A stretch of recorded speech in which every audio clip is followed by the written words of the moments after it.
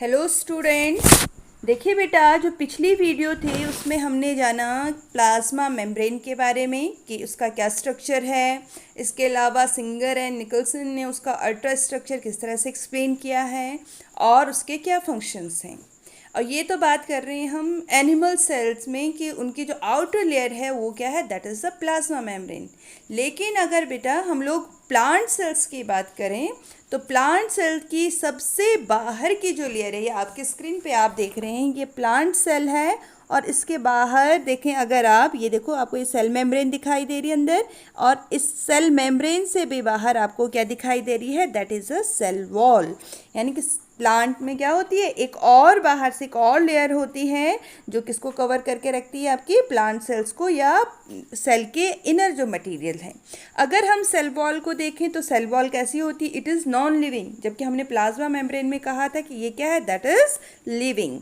Freely permeable यानी कि इसमें जो सब्सटेंसेस हैं फ्रीली इधर उधर जा सकते हैं। और प्लाज्मा मेम्ब्रेन में हमने कहा था सेमी परमिएबल मेम्ब्रेन। ठीक है। अच्छा, ये कैसे फॉर्म होती है, it is secreted by the cell itself for the protection of its plasma membrane and cytoplasm. यानी कि सेल के जो इनर मटेरियल्स हैं, इनर जो ऑर्गेनेल्स हैं, यहाँ हम देख रहे हैं, ये यहाँ पे डिफरेंट ऑर्गेनेल्स आप देख रहे हैं, इनके द्वारा ही, इन्हीं में से किसी ऑर्गेनेल्स के थ्रू इसको सिक्रीट किया जाता है। आगे जब हम ऑर्गेनेल्स के फंक्शन के बारे में पढ़ेंगे तब आपको बताऊंगी मैं। और इनके थ्रू ये सिक्रीट की जाती है और किस चीज़ के लिए की जाती है, for the protection of plasma membrane, जो आपका ये प्लाज्मा मेम्ब्रेन है उसके प्रोटेक्शन के लिए।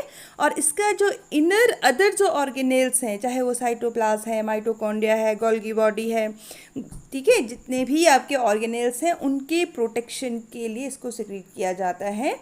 और ये प्लांट्स को क्या करता है, प्रोटेक्ट करता है, या हम कहेंगे कि सेल्स को प्रोटेक्ट करता है, उनके इनर मटेरियल को प्रोटेक्ट करता है।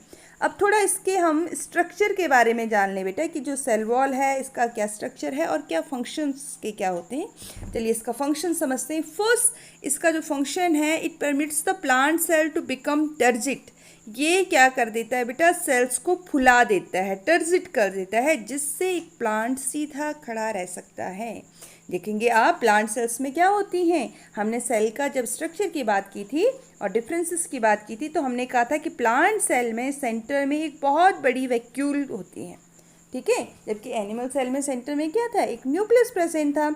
तो जो ये वैक्यूल्स हैं, इनमें क्या होता है, वाटर एंटर करता है ऑस्मोसिस की प्रोसेस के थ्रू, जिससे जो सेल्स हैं वो स्वेलअप हो जाती हैं, ठीक है, और आपकी जो सेल्स हैं वो टर्जिट हो जाती हैं, जिससे प्लांट आपका इरेक्ट रहता है, सीधा खड़ा रहता है। क्लियर। इसके अलावा इसका क्या काम होता है, it provide the mechanical strength to and support to the cell. यहाँ पे जो प्लांट सेल्स होती हैं इनमें कई तरह के टिश्यूज़ होते हैं। अब हम टिश्यू के बारे में आगे पढ़ेंगे कि पेरेन्काइमा, कोलेन्काइमा, स्केलेरेन्काइमा।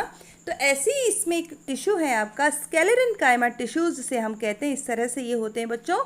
और अगर आप यहाँ पे देखेंगे इनके किनारे जो हैं, ये देख रहे हैं आप लोग कितने थिक हो गए हैं ये। तो ये जो थिकनेस है ये होती है due to deposition of lignin. Lignin के कारण ये डिपॉजिट हो जाता है इन पे, ठीक है, और इसकी वजह से ये कैसे हो जाते हैं, आपके थिक हो जाते हैं। अब ये जो थिकनेस है, ये सारा काम किसका है, सेल वॉल का है। ये यहाँ पे आपका लिग्निन डिपॉजिट हो जाता है, ये थिक हो जाती हैं। इसकी हेल्प से भी क्या होती है, जो प्लांट है उसको मैकेनिकल स्ट्रेंथ मिलती है, क्या है कि प्लांट बिल्कुल सीधा खड़ा रह सकता है, आपके जो हैवी विंड्स हैं उनको सह सकता है। आप देखेंगे कितने बड़े बड़े तूफान आते हैं, जो ब्रांचेस हैं वो मूव करती हैं, और आपका जो प्लांट है वो इरेक्ट रहता है, सीधा खड़ा रहता है। ठीक। इसके अलावा देखिए बेटा, जो ये प्लांट सेल्स होती हैं ये कैसी होती हैं बेटा, these are the freely permeable to water and substances in solution. कि ये जो आप देखेंगे इसमें छोटे छोटे पोर्स इसमें प्रेजेंट होते हैं प्लांट सेल्स का। अगर हम अल्ट्रा स्ट्रक्चर इसका देखें तो इनकी हेल्प से ये फ्रीली परमिएबल होती है, यानी कि इसमें जो सब्सटेंसेस हैं ईजिली क्या कर सकते हैं, मूव कर सकते हैं। क्लियर।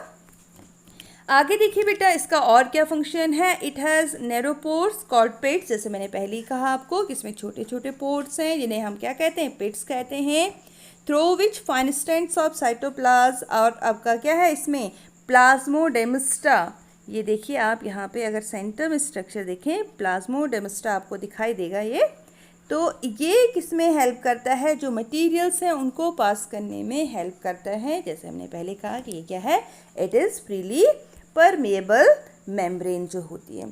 तो ये क्या है बेटा, this is the function of plasma membrane. अब इसका थोड़ा हम स्ट्रक्चर देख लें कि क्या क्या चीज़ें इसमें प्रेजेंट होती हैं जो प्लाज्मा मेम्ब्रेन अगर हम देखें तो इसका एक फंक्शन रह गया, सॉरी, इसका एक फंक्शन और क्या है कि ये दूसरी जो सेल्स हैं उनसे भी ग्लूड होती है, किसकी हेल्प से, with the help of middle lamella. आप ये ऊपर टॉप में देखेंगे जो ग्रीन स्ट्रक्चर है इसको हम मिडिल लेमिला कह रहे हैं। तो दूसरी सेल से एडजेसेंट जो सेल्स हैं उनके से ये ग्लूड होती है मिडिल लेमिला से, यानी कि सारी सेल्स जुड़ी हुई होती हैं। अब इसका अगर स्ट्रक्चर देखें बेटा हम लोग तो आप देखेंगे सबसे ऊपर तो ये मिडिल लेमिला है, इसके अलावा इसमें हेमीसेलुलोज होता है, पैक्टिन्स हैं, सेलुलोज के माइक्रोफिब्रिल्स इसमें होते हैं, ये आपको दिखाई दे रहे हैं यहाँ पे, ठीक है, ये माइक्रोफिब्रिल हैं। इसके साथ साथ इसमें सॉल्युबल प्रोटीन्स इसमें होते हैं। और सबसे नीचे आप देखेंगे ये नीचे का जो स्ट्रक्चर है ये आपको, जो हमने प्लाज्मा मेम्ब्रेन में कहा था कि सेल वॉल के बाद, ये तो पूरी सेल वॉल है यहाँ से लेके आपका मिडिल लेमिला से लेके और आपके जो ये यहाँ पे ये मिडिल आपका क्या दिखाई दे रहा है, ये सॉल्युबल प्रोटीन्स तक दिखाई दे रहे हैं या सेलुलोज माइक्रोफिब्रिल दिखाई दे रहे हैं। उसके बाद नीचे आप देखेंगे क्या जुड़ी हुई है, आपकी प्लाज्मा मेम्ब्रेन, ठीक है। और फिर क्या होगा आपका, फिर मिडिल लेमिला होगा और फिर नई सेल इसमें प्रेजेंट होगी आपकी, या सेल वॉल हम कहेंगे, ठीक है। तो ये आपने जाना बेटा इसका क्या स्ट्रक्चर क्या है इसमें और क्या है इसके क्या फंक्शंस हैं, सेल वॉल के क्या फंक्शंस इसमें होते हैं। जो ये सेल वॉल है ये बनी हुई होती है आपकी किससे, सेलुलोज से बनी हुई होती है, ठीक है। और जो सेलुलोज है यही है आपका जो ये माइक्रोफिब्रिल्स आपको दिखाई दे रहे हैं, ये जो मैंने कहा ये आप देख रहे हैं, ये सेलुलोज जो है, जो ये माइक्रोफिब्रिल्स हैं आपको दिखाई दे रहे हैं, इन्हीं से ये बनी हुई होती है। और इन्हीं माइक्रोफिब्रिल्स को हम क्या कहते हैं, सेलुलोज कहते हैं।